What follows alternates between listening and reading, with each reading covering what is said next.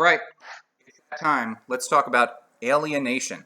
So, in the Leopold Stanford Encyclopedia of Philosophy article about alienation, um, Leopold comes back again and again to this central idea, which is that alienation, whatever else it is, involves some kind of problematic separation between a self and some sort of other.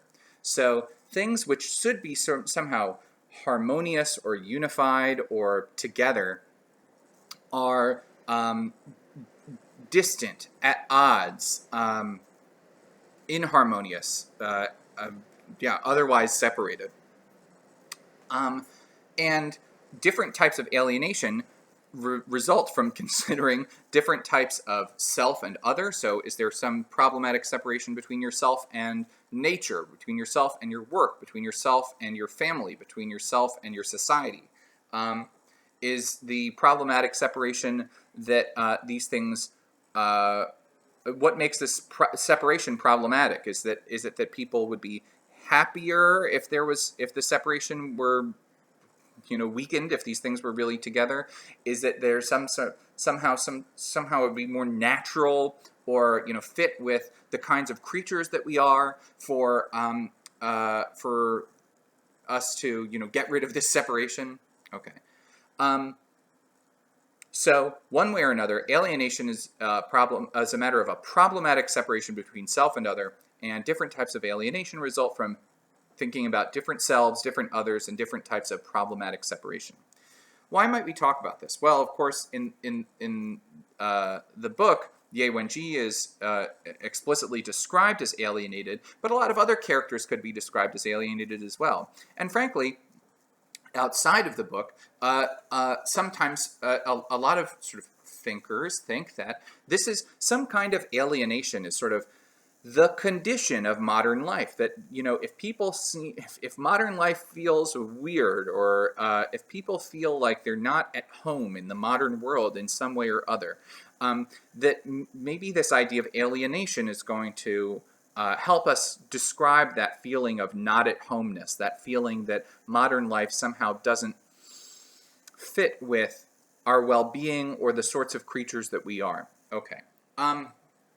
Well, what type of alienation? Well, might be characteristic of modern life. Well, it depends on who you ask. Some people think that it's a matter of alienation in the workplace because now after the Industrial Revolution, we've worked for sort of large corporations. We no longer work for ourselves. We are no longer subsistence farmers.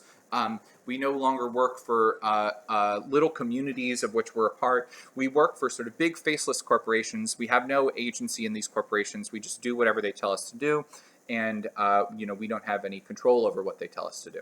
Okay, so that might be one way to be alienated, is so you can be alienated from your work. You should think that you have some kind of a proper relationship between a person and their own work is a relationship of sort of agency and control and caring and concern, and the alienated relationship is a relation of not having any control, not really giving a shit, not taking any ownership over your work. Okay. Sometimes people say that we're alienated from nature. I think the alienation that perhaps Mike Evans experiences in the story, that but certainly the alienation that a lot of people experience living sort of in the city is an alienation from the natural world. We sort of think of ourselves as sort of going from one or another. We don't think of ourselves as we go in our daily lives from one built environment to another. I live near Prospect Park, and if you go take the right sorts of paths through the park, after a few minutes, you will not see any buildings around you. You might see other people, but you won't see other buildings around you. And there's something sort of bizarre or magical or some kind of gestalt shift or something. I don't know exactly what happens. But you notice when you're no longer in at least what feels like the built environment. You're in nature, although it's a built park. So maybe it's only so natural. As Goethe said, I think the unnatural, that too is natural. Anyway, so we might have some alienated relationship from nature because we spend all our time in built environments. We might be alienated from one another because we live in a capitalist society where we're encouraged to think of each person as sort of only looking out for themselves and other people as competitors in a marketplace for labor or for scarce material economic resources. We might be alienated in our personal relationships because of because we live in giant cities, and there are however many millions of people in New York City and so on. Okay, this is a long way of saying that this idea of alienation might help you capture something about what feels off to many people about modern life. That said, Leopold has this interesting discussion of the benefits of alienation, and this might help us understand the role of alienation in the three-body problem. So, one way of describing the benefits of alienation is through a kind of Marxist history. I mean, where Marx says through his history of Europe, thinks, well, before the Industrial Revolution and really before anything like modern capitalism, we lived in a feudal societies where people were members of communities where there was a sort of shared religious understanding and spiritual understanding of everybody's role in the community. If you were a peasant, you were, that's where you belonged. That was where your sort of destiny was. That's your fixed place in the world. If you're a lord, that's where you belong. If you're a knight or a slave or a woman or a man or whatever, your sort of role in the society was sort of determined by this shared spiritual understanding of how the community all sort of fits together. You didn't have any there are some things that are sort of nice about this. It's sort of nice to have some sort of confident sense of your place in the world. It's nice to have a belief that if you just keep your story straight, you act right, then you're going to have eternal happiness in the kingdom of heaven. But of course, there are bad things about feudal society. People have no independence. There's no prospect for social mobility. There's no prospect for acting. If you sort of don't fit your destined social role, then you're fucked.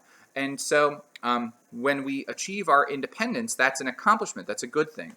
And so alienation, this type of problematic separation from the community, might come that comes from the move from feudal society to capitalist society, might come with its own might come with this kind of benefit that, like, yeah, okay, well, maybe your job sucks and you don't have any agency in the workplace, but you're an individual. You get to have some control over what your life is like.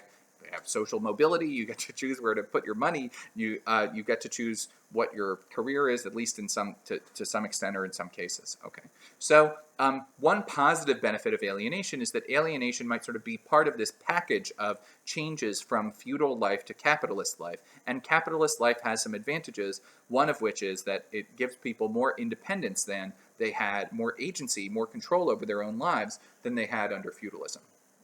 Okay. One other sort of positive benefit of alienation that Leopold speaks to is that sometimes people think of morality in terms of treating everybody equally.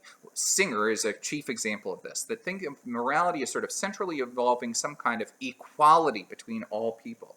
For Singer, that means the principle of the equal consideration of interests. Okay.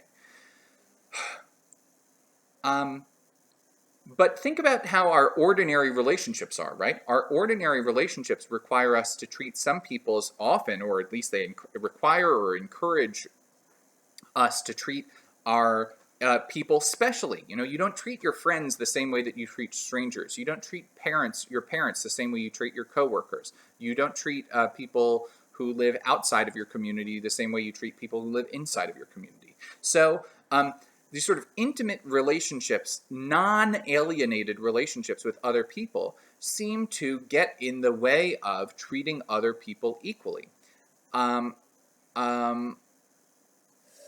I think it's worth noting that, at least in the case of the Ye Wenji character, Ye Wenji is concerned with all of humanity. She contacts the Trice of Lawrence because she wants to help all of humanity get itself out of this kind of moral morass, its incapability of acting okay. That she sees people constantly fucking up, pesticides and the Cultural Revolution and so on. she's alienated from the people around her, at least to a great extent, or at least for much of her life. But you might think that this comes from a deeply moral place. It comes from a moral place of caring about everybody equally, caring about all of humanity at once.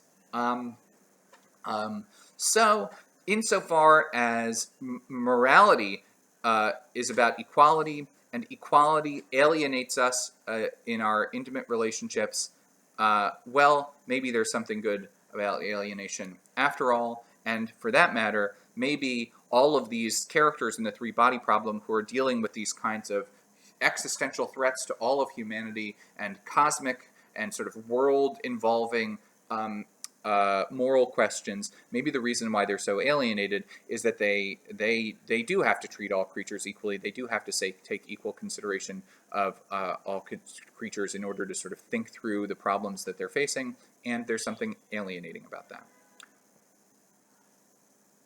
That's my take anyway. All right, good work.